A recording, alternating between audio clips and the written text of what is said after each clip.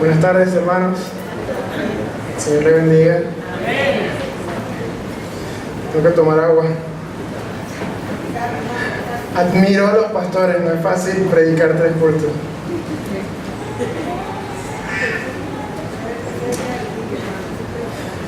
Bueno, como dijo el pastor, feliz día del niño para todos.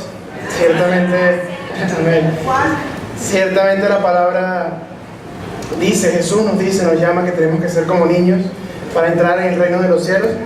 Sin embargo, también nos dice en 1 Corintios que seamos niños en la malicia, pero maduros en el modo de pensar.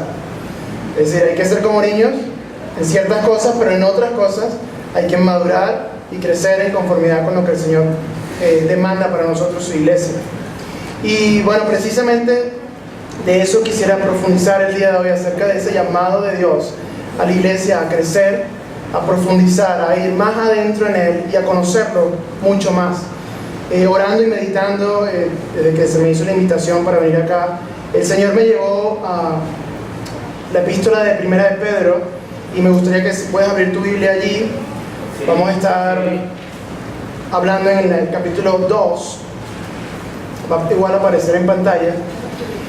Pero antes de leer el pasaje, quisiera más o menos ponerte en contexto de qué se trata la epístola de Pedro y bajo qué clima social fue escrito, porque aproximadamente entre el 62 o 64 después de Cristo, Pedro escribe esta epístola a diversas iglesias que se encontraban en Asia Menor, expatriados, dice el capítulo 1, y fue justo en el momento en el que las persecuciones de Nerón comenzaron a tomar auge, cuando la iglesia comenzó a ser perseguida arduamente por este emperador romano, y de alguna forma Pedro le escribe a la iglesia pensando en eso que estaban viviendo, y por eso va y profundiza temas maduros de alguna forma, porque la iglesia necesitaba cimentarse en el Señor por lo que estaban pasando, por lo que estaban padeciendo.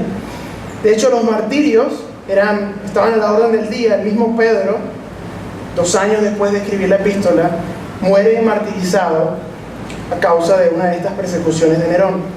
Es importante que entendamos ese contexto, ese panorama, para que podamos comprender mejor por qué Pedro escribe como escribe a la iglesia en ese tiempo, y cómo también nos habla a nosotros como iglesia, que si bien no estamos siendo perseguidos en este lado del mundo, el Señor quiere también una iglesia madura, sin manchas, para Él. Amén. Vamos a leer en el 2, capítulo 2, voy a leer desde el versículo 1. Dice: desechando pues toda malicia, todo engaño, hipocresía, envidias y todas las detracciones, desead como niños recién nacidos la leche espiritual no adulterada, para que por ella crezcáis para salvación, si es que habéis gustado la benignidad del Señor, acercándonos a Él, piedra viva, desechada ciertamente por los hombres, mas para Dios escogida y preciosa. Vosotros también, como piedras vivas, sed edificados como casa espiritual y sacerdocio santo, para ofrecer sacrificios espirituales a Dios por medio de Jesucristo. Por lo cual contiene la Escritura: y aquí pongo en Sión la principal piedra del ángulo, escogida, preciosa, y el que cayere en él no será avergonzado. Pero vosotros pues, los que creéis, para los que creéis Él es precioso, pero para los que no creen, la piedra que los edificadores desecharon ha venido a ser la cabeza del ángulo, piedra de tropiezo y roca que hace caer, porque tropiezan en la palabra, siendo desobedientes, a lo cual fueron también destinados. Tiene tu rostro, vamos a orar al Señor. Padre, mi Dios, te alabamos, Señor, te bendecimos, Señor. Queremos escucharte hablar, Señor, que tú ministres, tú toques nuestras vidas, Señor. Que este pasaje pueda hablar, Señor, a nuestro corazón. Quita, mi Dios, toda distracción, quita, mi Dios, todo argumento en tu contra, y permite el fluir de tu presencia, de tu espíritu, Señor. Llénanos, Señor, de ese espíritu de sabiduría, de revelación en el conocimiento tuyo, para que las Escrituras sean abiertas a nuestros ojos, Señor. Podamos comprender lo que tú quieres decirnos el día de hoy, Señor. te alabamos y te bendecimos, te damos la gloria y la honra a ti. Te pedimos que tú nos edifiques, Señor. En tu nombre santo, amén y amén. Amén. El primer versículo del capítulo 2 es bien interesante porque Pedro de alguna manera dice: yo no voy a gastar mis líneas escribiendo sobre cosas que no tienen por qué estar en la iglesia. Y él empieza diciendo: desechen malicia, engaño, hipocresía, envidias y todas detracciones, sigamos. Es decir, él le está hablando a una iglesia donde eso ya no está, donde esa parte ha sido superada y han crecido, y va a ir a temas más profundos. Hay varios verbos interesantes.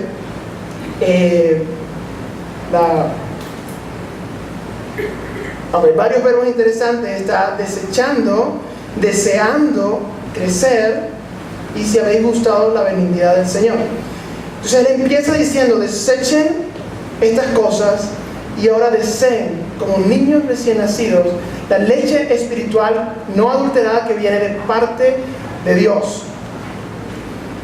Los apóstoles tenían esta característica bien particular, porque en la medida que la iglesia fue creciendo, cuando uno ve la iglesia desde Hechos hasta las últimas epístolas de Juan y el Apocalipsis, tú notas cómo el discurso de los apóstoles va siendo cada vez más intenso. En la medida que ellos sabían que se acercaba su momento de partir, ellos le hablan a la iglesia, no fuerte, pero sí les exhortan en el Señor. Tenemos, por ejemplo, un Pablo que cuando le escribe a Corintios, un caso en la iglesia de Corintios de fornicación, de un incesto, y Pablo le dice: mira, yo no estoy con ustedes en cuerpo, pero estoy en espíritu, y ya en espíritu yo he juzgado eso que está pasando. El tal se ha entregado a Satanás para destrucción de su carne, pero para que se pueda salvar su espíritu. Y dice: wow, no parece mucho el amor de Cristo, pero es la manera en la que Pablo dice: suficiente con eso, hay que ir más profundo y hay que crecer. En segunda de Timoteo, o primera no recuerdo, él escribe acerca de dos personas, Pablo, Himeneo y Alejandro, y dice: los tales entregados a Satanás para que aprendan a no blasfemar. Y también uno pudiera decir: wow, es como fuerte esa palabra, pero de alguna forma habla a nosotros, porque hay cosas que hay que dejar, donde no hay que encasillarse, donde no hay que negociar. O lo hacen, o tú te la ves con el Señor, y Satanás hace destrozos contigo. Entonces Pedro, bajo ese mismo ímpetu, dice: ok, vamos a entrar a lo que les estoy diciendo. Tienen que anhelar, desear como niños la leche espiritual no adulterada, partiendo de que lo demás, toda la parte carnal ha sido quitada de alguna forma. Has luchado con eso. Acércate y anhela de Dios lo que Él te puede dar, lo que viene directamente de Él, no lo que viene de un pastor, de un líder,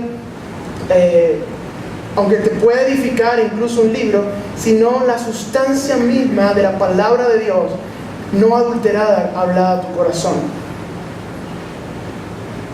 Hay un Salmo 131, va a aparecer en pantalla, dice: en verdad que me he comportado y he acallado mi alma, como un niño destetado de su madre, como un niño destetado está mi alma.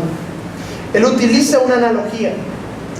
La biología, la naturaleza, el diseño de Dios para la mujer y el parto establece que de alguna forma la mamá alimenta al niño, y el niño, aunque no tiene ningún tipo de conciencia, no ha crecido todavía, no puede discernir muchas cosas, él sabe que naturalmente va a ir donde la mamá para que la mamá le amamante y le alimente.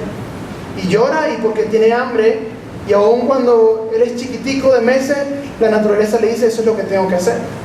Y la mamá le alimenta. Y esa analogía la usa Pedro. Pero cuando vemos este salmo, entendemos lo siguiente: de alguna forma nosotros hemos sido destetados, porque Cristo, si bien mora en nosotros, Él está arriba en los cielos, y el anhelo de nosotros va más allá, porque necesitamos esa leche. Fuimos separados en el jardín del Edén cuando el hombre pecó, fue separado de Dios por causa de ese pecado, y el anhelo del hombre, de la iglesia, tiene que ser poder alcanzar esa comunión con el Señor. Y el salmista dice: como un niño destetado de su madre, como un niño está acallada mi alma.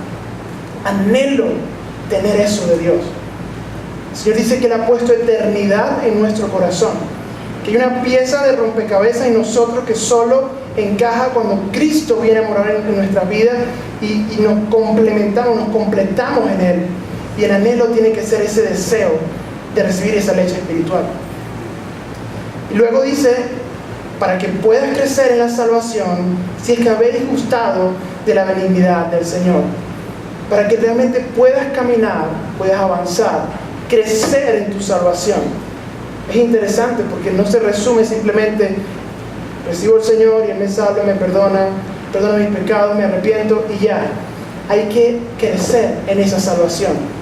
Y si has probado algo, sabes de lo que el Señor habla aquí, no de lo que estoy hablando yo, de lo que Pedro habla allí, porque si has gustado esos deleites de la presencia del Señor, sabes que hay que crecer y profundizar mucho más en Él. Amén. Amén. Y Pedro dice, bueno, ahora les voy a hablar acerca de Cristo. Yo he titulado la enseñanza, lo vieron seguro en la primera lámina, nosotros como piedras vivas. Porque él entonces toma el ejemplo de Cristo y comienza a hablar de qué significa el hecho de que Cristo es una piedra viva. En el versículo 4 dice, acercándonos a Él, piedra viva, desechada ciertamente por los hombres, mas para Dios, escogida y preciosa.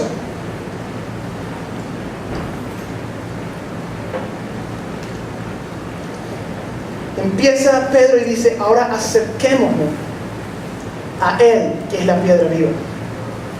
Yo pienso quizás que esta era una palabra preferida para Pedro, porque él se identificaba con eso de las piedras y de las rocas. Cuando Jesús llama a Pedro, él se llamaba Simón, su nombre era Simón, él le cambia el nombre y le dice, ahora te vas a llamar Pedro. Pedro viene del vocablo de Petro, que significa roca. Y él dice, Cristo es la piedra viva. Y desde el Antiguo Testamento hasta el Nuevo, esa analogía se usa una y otra vez, de entender a Cristo como una roca, como una piedra viva. Y quisiera llevarte a un episodio del Antiguo Testamento para que comprendamos un poco mejor eso de acercarse a Dios como piedra viva y recibir de Él. Moisés, en el libro de Éxodo 17, le había sacado el pueblo de Israel. Estaban ya peregrinando en el desierto y el pueblo de Israel se rebela contra Moisés y contra Dios, peor aún. Comienzan a decirle a Moisés, tenemos sed, tenemos hambre, mejor nos hubiese sido quedarnos en Egipto. Oye Moisés, aquí nos vamos a morir. Entonces Moisés va delante del Señor, ora, le dice a Dios, le pregunta, le pide al Señor que le dé respuesta y Dios le habla expresamente, le dice, toma la vara, esa vara con la que abriste el mar rojo, dirígete a la peña y golpéala 2 veces para que salga agua. Y Moisés hace eso. Moisés se dirige a la peña de Oreb, la golpea con la vara y sale y fluye agua. Pero en Éxodo 17 dice que Moisés llamó a ese lugar Mesá, que significa prueba, y Meriba, que significa discutir. Porque el Señor probó el corazón del pueblo y el pueblo argumentó y discutió con Dios.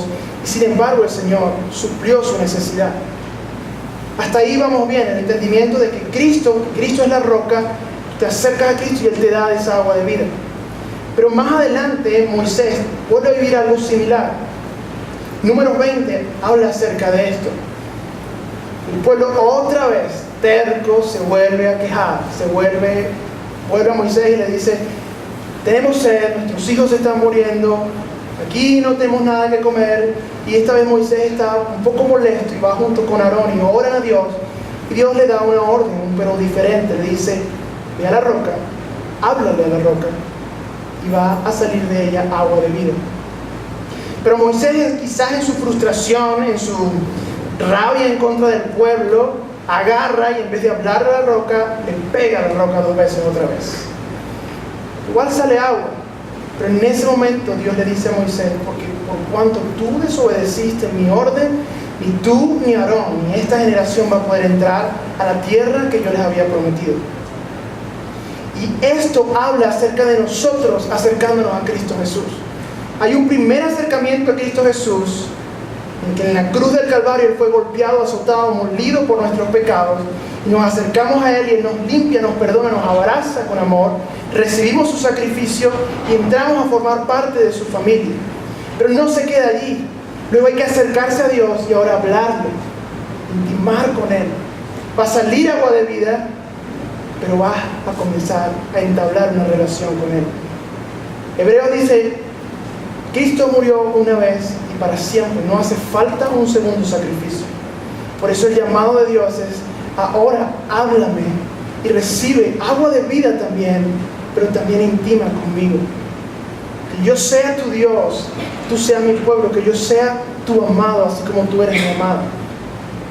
Y de eso está hablando aquí Pedro, acerca de cómo Cristo es esa piedra viva. Y después de este episodio, Moisés, en Deuteronomio 32, él compone un cántico a Dios. Y en ese cántico, en el versículo 4, dice, Él es la roca cuya obra es perfecta, porque todos sus caminos son rectitud. Dios de verdad y sin ninguna iniquidad en Él. Es justo y recto. Esto lo compone Moisés luego de haber recibido ese castigo, esa consecuencia de su desobediencia. Él igual se presenta delante del Señor y a pesar de que no puede entrar a la tierra prometida, dice, Él es justo y Él es recto y Él es la roca perfecta. El Señor hace eso en nuestra vida. Comienza a machacarnos, a quitar las cosas que se oponen en contra de Él, nos comienza a poner barreras. Esto no lo puedes hacer. Esto es lo que tienes que hacer.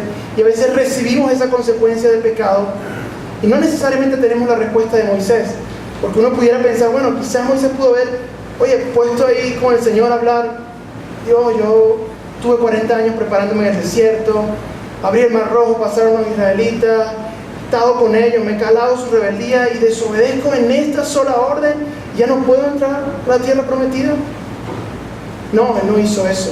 Él dice, canta al Señor, alaba al Señor y dice, tú eres la roca cuya obra es perfecta y sin ninguna iniquidad en Él, tú eres justo y tú eres recto.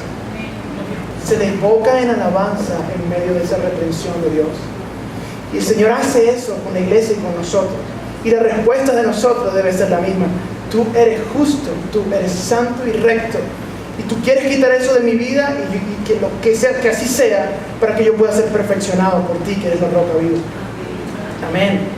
El mismo Cristo, lo hablaba Ronald, recibió consecuencia de pecado en la cruz, abandono de Dios, y Él dice, pero tú eres santo.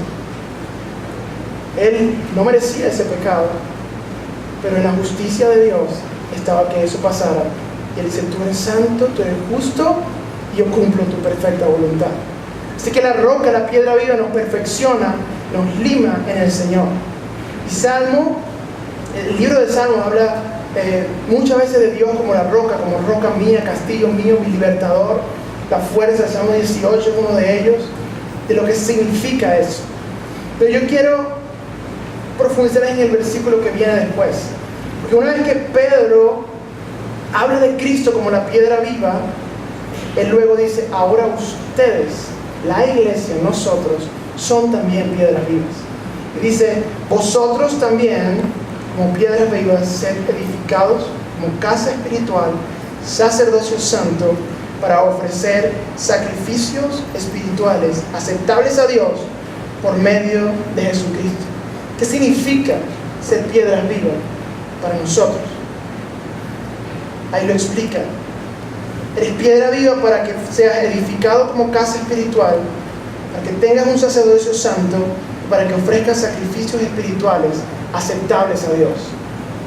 Lo primero que dice es para que te edifiques como una casa espiritual. Pedro acá está tomando también una analogía de lo que pasaba en la antigüedad. En el diseño de Dios para encontrarse con el hombre, cuando Él elige a Israel, Él establece el tabernáculo. El tabernáculo era la habitación donde Dios iba a morar y a encontrarse con el hombre. De hecho, con un solo hombre, que era el único que podía entrar allí. Tabernáculo significa lugar de encuentro. Y el tabernáculo necesitaba de un sacerdote. y el sacerdote hacía sacrificios para la expiación de los pecados. Pedro toma todo eso y le dice, ustedes ahora son esa casa espiritual. Ahora ustedes son ese tabernáculo de Dios. Lo que tanto le costaba a un solo hombre poder hacer, entrar a ese lugar, el Señor dice, ahora todos ustedes, por cuanto mi espíritu ha sido puesto dentro de ti, eres la casa espiritual donde yo habito. El Espíritu de Dios morando en nosotros. Lo preciado de Dios decide morar en la imperfección de nuestro cuerpo, del hombre, y allí está con nosotros. Se construye y edifica esa casa espiritual. A veces diluimos la enseñanza porque quizás no profundizamos tanto en cómo era eso del tabernáculo y nos parece simplemente, bueno, soy casa de Dios, listo, chévere. Pero yo creo que si un judío mesiánico que cree en Cristo, tú pudieras tener un contacto con él y explicarte, pero es que tú no sabes la cantidad de cosas que teníamos que cumplir para entrar a ese templo, a ese tabernáculo. Y ahorita tan libre, somos casa de Dios. Eso es increíble, eso es impresionante. Que la mismísima Shekinah de Dios habita dentro de ti. Pero que ese Espíritu de Dios se contrista con lo que ves, con lo que haces, con lo que dices, a los lugares que vas. Que ese Espíritu de Dios está dentro de ti y siente. E inclusive puede irse. Él está morando dentro de ti, dentro de nosotros. Y tenemos que edificarnos como esa casa de Dios, esa escogencia de Dios, de ser su tabernáculo, de ser el lugar de encuentro, de poder cerrar nuestros ojos y orar a través de Jesucristo. Y estoy sentado en los lugares celestiales, en el salón del trono con Él. Lo dice Efesios, estamos sentados en lugares celestiales ahora. No lo puedes ver con tus ojos físicos, pero es una realidad. Pero la perdemos de vista. E inclusive podemos despreciarla porque nos vemos inmiscuidos en nuestra carne, en nuestros problemas, en los afanes de la vida, y Dios está morando dentro de ti. Hay un versículo en 1 Corintios, que ya apareció allí, que habla acerca de nosotros como templo de Dios. Dice, ¿no sabéis que sois templo de Dios, que el Espíritu de Dios mora en vosotros? Si alguno destruyera el templo de Dios, Dios le destruirá a él, porque el templo de Dios, el cual sois vosotros, santo es. Porque el templo de Dios, el cual sois vosotros, santo es. Amén. Amén. Muchas veces tomamos este versículo y no voy a decir que lo sacamos fuera de contexto, pero le damos una arista distinta, diciendo, bueno, tienes que guardarte, no te puedes marcar tu cuerpo, porque tú eres templo de Dios y tal, y horadarte y lo que sea. Y no es que eso no se pueda justificar también con la Escritura, pero en el contexto, 1 Corintios 3 habla del encuentro de la iglesia en el tribunal de Cristo con Jesús. El momento en el que nos presentamos delante de Él y Él mira nuestras obras para ver si nuestras obras fueron construidas con oro, piedras preciosas, o si fue pura hojarasca, heno y cosas que se queman. Justo antes, en el versículo 15, es donde dice, va a haber algunos que van a ser salvos como por fuego.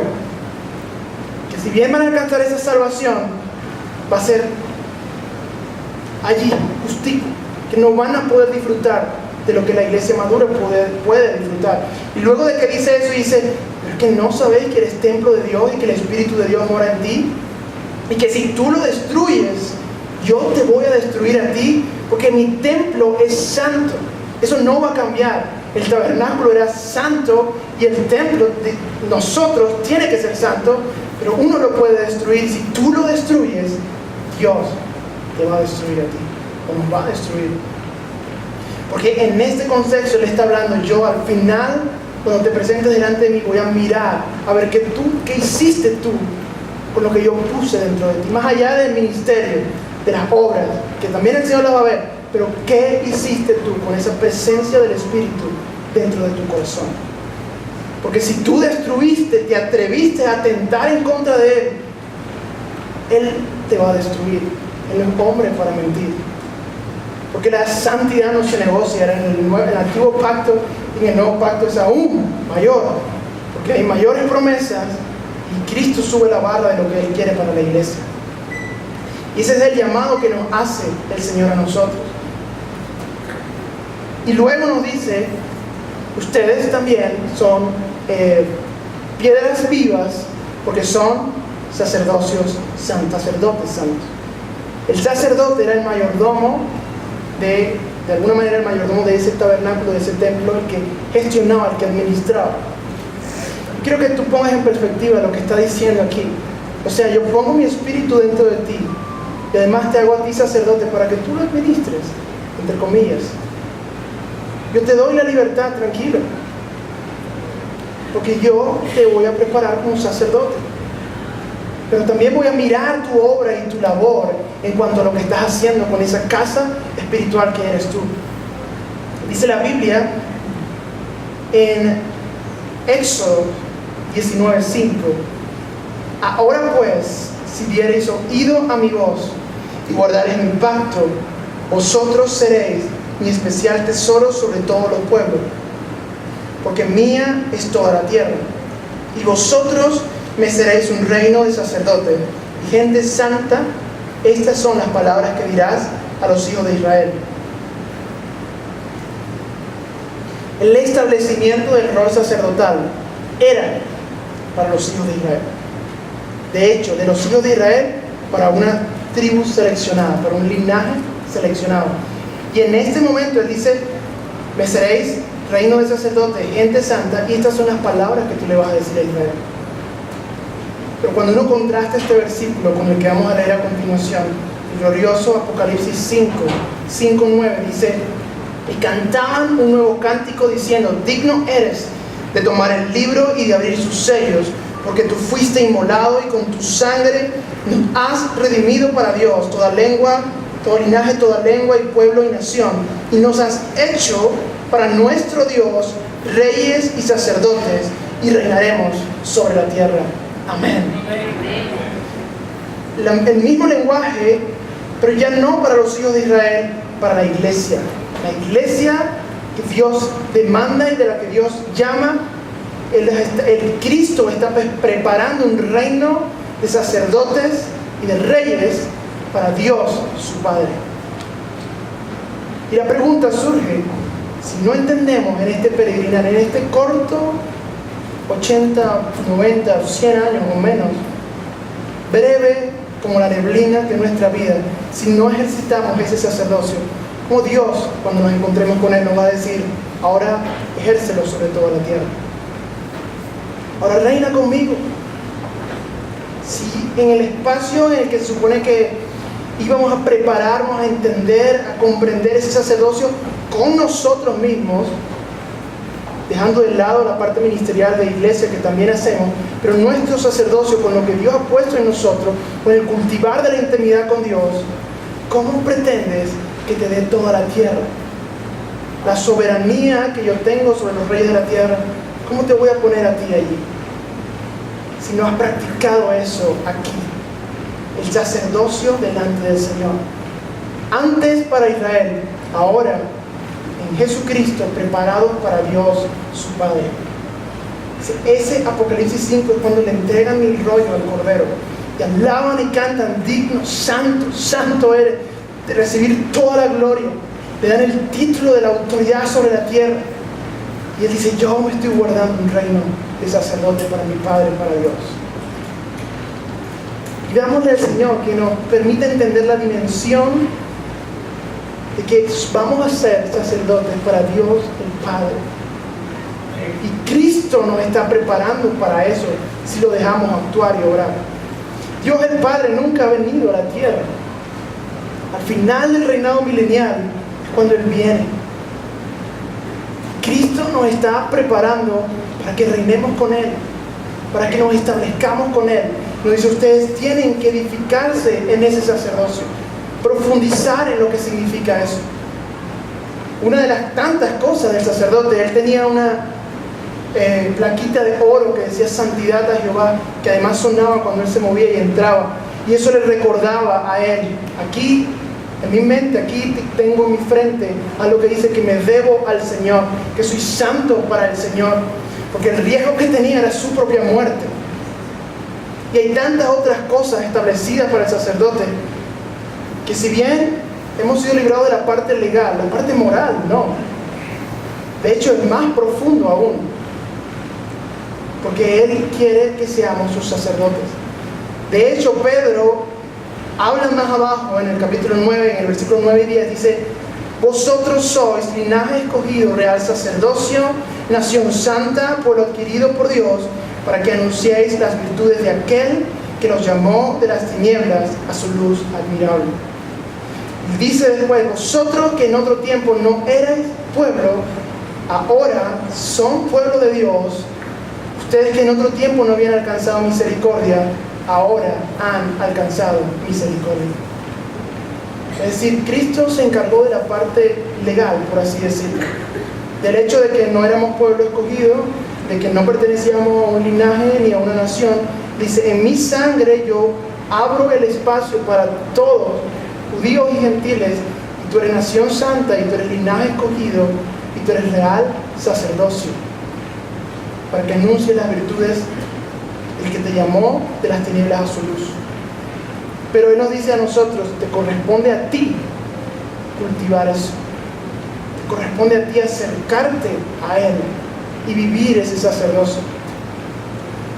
David Lugo, un adorador, dice: a veces nos imaginamos el sacerdocio como la sotana que te pones y la cuestión y que vas ahí en procesión, porque es la visión que hemos tenido. Y no se trata de eso, no se trata de esa parte física que tú puedes ver. Es cómo estás tú con el Señor, tu integridad delante del Señor, profundizar en tu corazón cómo está delante de Él. Al hombre lo vas a poder engañar, pero a Dios nunca lo vas a poder engañar. Y mucho menos en ese momento donde Apocalipsis describe a Jesucristo como ojos, como llama de fuego. Que los ojos de Cristo te miren a ti, vean dentro de ti y quemen todas tus obras. A Él no le vas a poder mentir. Si tus obras fueron en paja y hojarasca, se van a quemar. Pero si fue construido bajo un cimiento de intimidad con Cristo, va a permanecer por la eternidad. Porque tu intimidad con el Señor, tu lugar secreto con el Señor que vives aquí, va a repercutir en la eternidad con Él, en el reinado con Él. Amén. Amén. Y dice también: ahora ustedes son piedras vivas para ofrecer sacrificios aceptables a Dios por medio de Jesucristo. El sacerdote tenía que ofrecer un sacrificio de sangre, pues un cordero, un palomino o lo que tocara. Él degollaba al animal, todo ensangrentado, lo ponía y lo quemaba, y ofrecía sacrificio, expiación por los pecados de que el pueblo había cometido. Y Pedro dice: nosotros tenemos, la iglesia tiene que ofrecer sacrificios espirituales aceptables a Dios a través de Jesucristo. La pregunta sería: ¿qué quiere decir esos sacrificios espirituales? Porque no se trata del hecho, como a veces lo interpreta erradamente la Iglesia Católica, de caminar, peregrinar por las calles de rodillas o hacer tal y cual cosa durante un espacio de tiempo. Es algo más profundo. E inclusive nosotros como iglesia a veces nos limitamos a, ayuno, oración, leo la palabra diariamente o interdiario, ayuno quizás una vez a la semana, una vez al mes, tengo mi tiempo de oración y ya estoy haciendo mi sacrificio para Dios. Pero no se trata de eso, no lo podemos diluir ni simplificar en esas tres cosas. Quiero llevarte también al Antiguo Testamento para que entendamos qué representaba el sacrificio. La palabra que se usa es holocausto. Holocausto viene de un vocablo hebreo que combina dos palabras, olá y alá, que significa hacer ascender. Es decir, el holocausto era algo que nacía en la tierra, ascendía al cielo y el Señor de los cielos respondía. ¿Por qué lo estableció así? Porque Él quiso. Algo que nace del cielo, de la tierra al cielo, y que hace que el cielo pueda bajar y establecerse en medio de este plano. El holocausto tenía una ley. De hecho, en Números 28:3 dice: y dirás, esta es la ofrenda esta es la ofrenda encendida que ofreceréis a Jehová, 2 corderos sin tacha de 1 año, cada día será el holocausto continuo. En la antigüedad, en ese antiguo pacto de Dios, el holocausto era algo de continuo.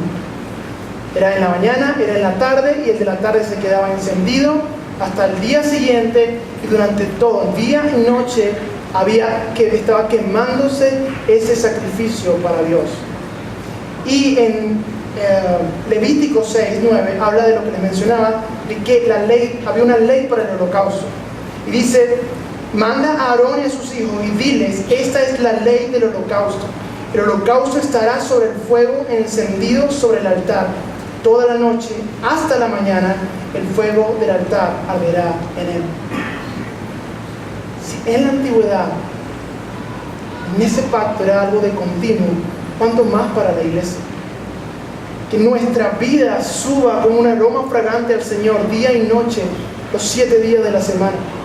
Que desde nosotros, desde este tabernáculo, se eleve incienso a Dios y Él pueda responder, porque somos un holocausto fragante delante de Él, porque somos un sacrificio aceptable para Él. Romanos 12 habla de eso, de ponernos delante de Él, de sacrificarnos en Él. Y David fue uno de los que entendió, aún viviendo en esa época del Antiguo Testamento, entendió el significado del sacrificio y del holocausto. El Señor le permitió comprender la profundidad de lo que eso significaba. Él habla de David, dice que él era un hombre conforme a su corazón. En el Salmo 51, David había pecado, David había fallado delante del Señor. Y él comienza y escribe ese salmo, yo me imagino que asustado, porque David le dice al Señor: no quites lo más precioso que tengo, no me lo quites, no quites tu Santo Espíritu de dentro de mí. Él escribe eso porque él sabía que eso podía pasar, porque lo vio con Saúl. El Señor se lo quitó, y David clama al Señor, clama realmente delante de él y dice: no lo quites, porque lo más preciado que tengo no es mi título de rey, no son las batallas que he ganado, no son los logros que he conseguido, todas las veces que he salvado al pueblo. Lo más preciado que tengo es tu Espíritu dentro de mí, no lo quites. Límpiame con hisopo y seré más limpio que la nieve. Y luego en el 16 dice: porque no quieres sacrificio que yo te daría, no quieres holocausto. Los sacrificios de Dios son el espíritu quebrantado, al corazón contrito y humillado tú no despreciarás. Amén. David pudo haber dicho: hey sacerdote, quema allí un sacrificio y una ofrenda por mi pecado, levanta un holocausto por lo que acabo de cometer. Pero él sabía que eso no iba a hacer nada. Si no hay nada que yo te pueda dar, tú no quieres holocausto, tú no quieres el sacrificio. Tú lo único que anhelas, el sacrificio que tú quieres, es el espíritu quebrantado y el corazón contrito y humillado delante de ti. La humillación delante de la presencia del Señor. Mis amados, el orgullo en el hombre le pone un velo al espíritu. El envanecernos nosotros mismos pensando que conocemos o que somos algo nos deja que el espíritu pueda obrar en nosotros. Estoy hablando a la iglesia, no a aquellos que no conocen, porque los que no conocen tienen de por sí ese velo, pero en medio de la iglesia, cuando se levantan doctrinas, pensamientos, argumentos, denominaciones, y cuando uno mismo se envanece pensando que es algo, que conoce algo, el Espíritu Santo no puede obrar con libertad. Pero cuando tú te derramas delante de la presencia de Dios, cuando tú te postras humillado delante de Él, con un corazón contrito, con un corazón quebrantado. En inglés dice broken, un corazón roto, ¿no? La palabra quebrantado no existe en inglés. Imagínense, un corazón roto delante del Señor. Eso derrite el corazón de Dios. Eso atrae al Señor. Porque esa es la iglesia que Él quiere. A los soberbios Él los mira de lejos, a los altivos Él los desprecia. Pero el que se humilla, dice: aquí estoy. David le dijo: aquí estoy. No voy a entrar al tabernáculo, no voy a ser hipócrita y quemar un holocausto, porque no lo vas a recibir. Aquí estoy, no lo quites. No quites. No quites lo precioso que has puesto en mí, que le ha sido dado también a la iglesia. Porque después de Pentecostés, la iglesia ha podido disfrutar de la delicia del Espíritu de Dios. Amén.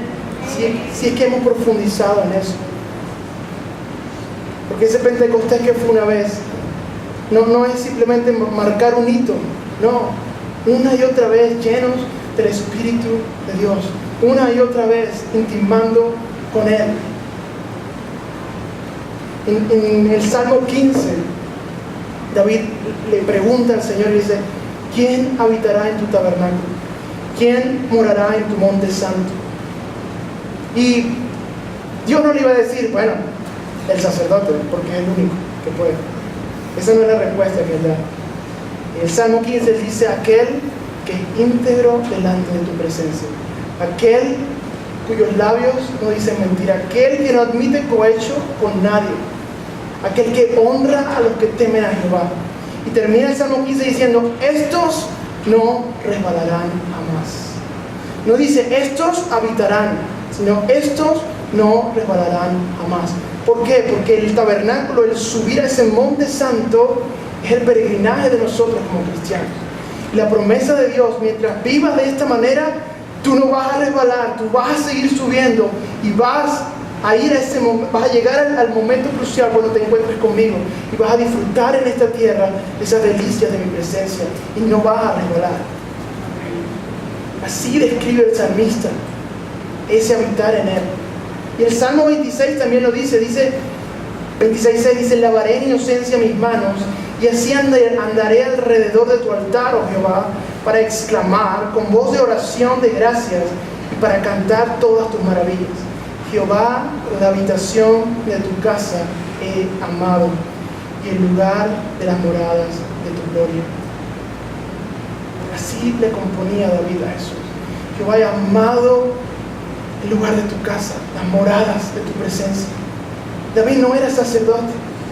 David no podía entrar, aunque llegó a comerse los panes en un momento. Pero yo estoy seguro que él estaba ahí pendiente. Aprendió, y aunque él era rey, él se sabía sacerdote delante de Dios. Porque él dice: he amado la habitación de tu casa y el lugar de la morada de tu gloria. La he amado. Son el anhelo, el deseo. Como niño destetado lo quiero. Y eso nos tiene que hablar a nosotros, la iglesia. Dice buscar su presencia, dice crecer en Él, dice intimar en Él. El versículo del que hablaba el pastor al principio acerca de que el Señor nos llama: sean como niños, porque los niños van a heredar el reino de los cielos. Es Mateo, bueno, está en todos los evangelios. Mateo 18, luego de que Él dice eso, en Mateo 18:4 dice: así que cualquiera que se humille como este niño, este es el mayor en el reino de los cielos. Sean como niños, sí, pero Él resalta, dice: cualquiera que se humille como este niño, ese es el mayor en el reino de los cielos. En el reino de los cielos, las reglas son inversas a lo que es aquí en la tierra. El que se humilla aquí en la tierra, el Señor lo exalta en los cielos. El que sirve aquí es el mayor en los cielos. Cristo lo dijo: yo no vine para ser servido, yo vine para servir. Si la humillación delante de Dios recibirá exaltación en el momento que nos encontremos con Él. Ese carácter de Cristo formado en nosotros. La mansedumbre y la humildad de Cristo, que lo llevó a la cruz del Calvario a enmudecer y a no abrir su boca, tiene que también llevarnos a nosotros a tener ese mismo carácter de Cristo, a tener ese mismo sentir de Cristo Jesús. Y uno de los pasajes que habla acerca de ese carácter de Cristo formado en nosotros, Mateo 5, 6 y 7, el Sermón del Monte. A veces le pasamos por encima, pero si uno profundiza en eso y hace esos 3 versículos, esos 3 capítulos, el patrón a seguir en tu vida, vas a poder tener el carácter de Cristo. Empieza con las bienaventuranzas: el que es pobre de espíritu, el que es manso, el que es de limpio corazón, el que es vituperado por el nombre de Cristo. Y luego describe aquel cómo tienes que tratar a tu enemigo, cómo tienes que amar a tu enemigo, cómo tienes que tratar a tu hermano, el que llama fatuo a su hermano, lo que enseñas y lo que vives. El que enseña y no vive lo que enseña será llamado pequeño en el reino de los cielos. Por eso es que a los predicadores, al que se para acá, sabe que delante del Señor tiene que estar íntegro, porque si no, allá arriba vas a ser, si es que llegas allá arriba. Y habla también de los ojos, de la integridad con los ojos, y va más hondo y más profundo, hasta el punto que tú dices: Señor, ¿y cómo lo hago? El Espíritu que está dentro de ti. Cristo vino a la tierra enteramente hombre. Impresionante lo que decía Ronald. Él podía pecar. Él no iba a pecar, pero él podía pecar. Era total y completamente hombre. Y fue tentado precisamente por lo que funciona la tentación, para ofrecerte una ocasión de caer. E hizo todas las maravillas que hizo como hombre. ¿Por qué? Porque dependía del Espíritu de Dios. Porque tenía intimidad con el Espíritu de Dios. El pecado para nosotros, la iglesia, ya no tiene autoridad porque hemos sido limpios por la sangre de Cristo. Pero no tenemos la otra parte de Cristo, porque esa característica de Él, de la intimidad con el Espíritu de Dios, a veces la hemos perdido. Y eso es lo que nos lleva a acercarnos al precipicio y eventualmente a resbalar. Ese es el llamado de la iglesia, y yo creo que es el llamado de la iglesia de esta generación. Porque firmemente estoy con el pastor, creo que estamos en los últimos tiempos. Seremos nosotros, nuestros hijos, nuestros nietos, no lo sé, pero el Señor está preparando una iglesia que sea madura para poderse encontrar con Él, para poderse desposar con Él. Dios Padre le está preparando a su Hijo una esposa pura y sin mancha. Y lo he dicho en el primero, en el segundo y en el tercero también, de parte de Dios. La iglesia que no somos, una iglesia madura, no vamos a poder desposarnos con Cristo Jesús. Si no tenemos esa intimidad con el Señor, imagínense, Dios, que vio sufrir a su Hijo, le va a preparar una esposa digna también a su Hijo. Y eso tiene que ser atesorado en nuestro corazón. El hecho de que nos vamos a encontrar con Cristo, que estamos en este peregrinaje practicando perfeccionándonos en esa santidad, en Él, trabajando esa santidad en Él, llenándonos de Dios, la piedra viva. Finalmente, en el versículo 6, 7 y 8, Pedro comienza a hablar y dice: por lo cual también contiene la Escritura: he aquí en Sión la principal piedra del ángulo escogida, preciosa, y el que creyere en Él no será avergonzado.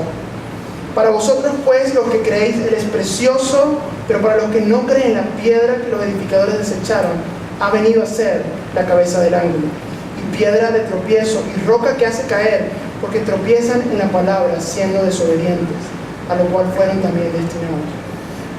Pedro está citando un salmo, Salmo 118, habla de esta piedra desechada por los edificadores.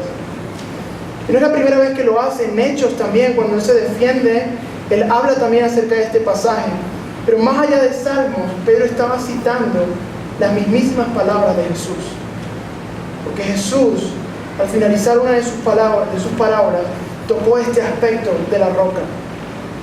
Y en Mateo 21:42 dice que les pregunta Jesús a sus discípulos: ¿nunca habéis leído en las Escrituras la piedra que desecharon los edificadores ha venido a ser la cabeza del ángulo? El Señor ha hecho esto y es cosa maravillosa a nuestros ojos. Por tanto os digo que el reino de Dios será quitado de vosotros y será dado a la gente que produzca frutos en él. Y el que cayere sobre esta piedra será quebrantado, y sobre quien esta piedra cayere, le desmenuzará. Pido a los músicos que vayan pasando. Jesús dijo estas palabras. Si no sabéis que la piedra fue desechada por los edificadores. Juan dice, Jesús vino a los suyos, a su amado pueblo judío, a su pueblo escogido, y los suyos no le recibieron. Pero los que creen en su nombre les dio potestad de ser llamados hijos de él. Dice, fui desechado por los edificadores, pero para Dios escogido y precioso. Si Cristo fue desechado por el mundo, ¿cuánto más nosotros? Es más, si quieres tener un indicador de cuánto estás teniendo ese carácter de Cristo, de cuánto del mundo te aborrecen, cuántos del mundo te aborrecen a ti. Mide el hecho de en cuántas cosas estás de acuerdo con el mundo y en cuántas estás en desacuerdo. Porque si el mundo está en tu contra, vas por buen camino, porque el mundo está en contra de Dios y de Jesús.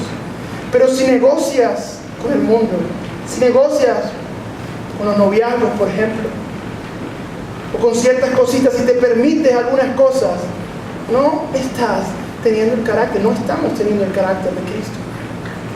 Si a Él lo desecharon, anhelemos también que el mundo nos deseche a nosotros, para que para Dios podamos ser escogidos y preciosos. Escogidos y preciosos. Amén. Eso es lo que así describe Dios a Jesús. Y así describe también a su iglesia, porque somos piedras vivas. Y quiere una iglesia escogida y preciosa. Y dice Jesús, el que cayere sobre esta piedra será quebrantado, y sobre quien ella cayere le desmenuzará. Esto que habla aquí Jesús es profético. Que Él dice, es mejor que tú vayas a la roca y te lances sobre la roca, y la roca te va a quebrantar. Te va a quebrantar porque te va a edificar y porque te va a perfeccionar. Pero si se invierte y si es la roca que cae sobre ti, te desmenuzará. Porque está hablando del juicio. Cristo viene y cuando venga va a establecer su juicio sobre la tierra. Hay un espacio de misericordia. La roca va a venir y va a caer sobre la tierra. Anhelemos verlo en esta dirección. Corro a la roca, a Cristo Jesús, y me quebranto en Él, y que Él me toque y me destruya y me vuelva a hacer, porque Él es el alfarero. Él vuelve a construir la vasija. Él no pone vino nuevo en odre viejo. Él te va a volver a construir, tranquilo. Pero si es al revés, esa piedra te va a desmenuzar. Y yo quiero hablarle también a los que no conocen de Dios, porque eso es lo que dice la Escritura. Tú puedes aborrecer a Dios, tú puedes hablar en su contra, levantar muchos argumentos, pero lo cierto es que si tú sigues en oposición contra Dios, eventualmente esa roca va a desmenuzarte, porque te tienes que presentar delante de Él. Sea que veas su venida o sea que partas y mueras, vas a tener que verte delante de Él y no lo puedes engañar. El que te creó te conoce. Y a la iglesia, a nosotros, les digo, seamos esa roca que da agua de vida a aquellos que no conocen de Dios. Porque si nosotros sabemos que esto va a pasar, tenemos que convertirnos en rocas vivas que emanen agua de vida para los que no conocen de Él. Y voy a terminar en Daniel. Daniel 2. Él tuvo una vez un sueño, Nabucodonosor, tuvo un sueño, y Daniel le interpreta ese sueño a Nabucodonosor. No solamente se lo interpreta, inclusive le dice lo que había soñado sin antes él saberlo.